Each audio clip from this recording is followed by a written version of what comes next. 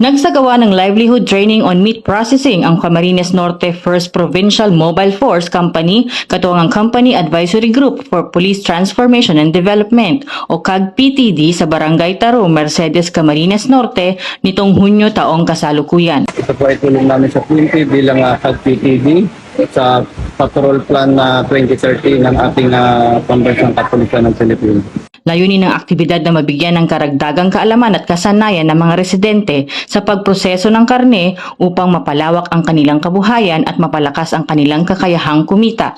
Dinaluhan ito ng mga piling residente mula sa dalawang revitalized police sa barangay o RPSB areas of operation. Nagpapasalamat po kami sa mga kapulisan dahil dinala po nila dito ang programang ito.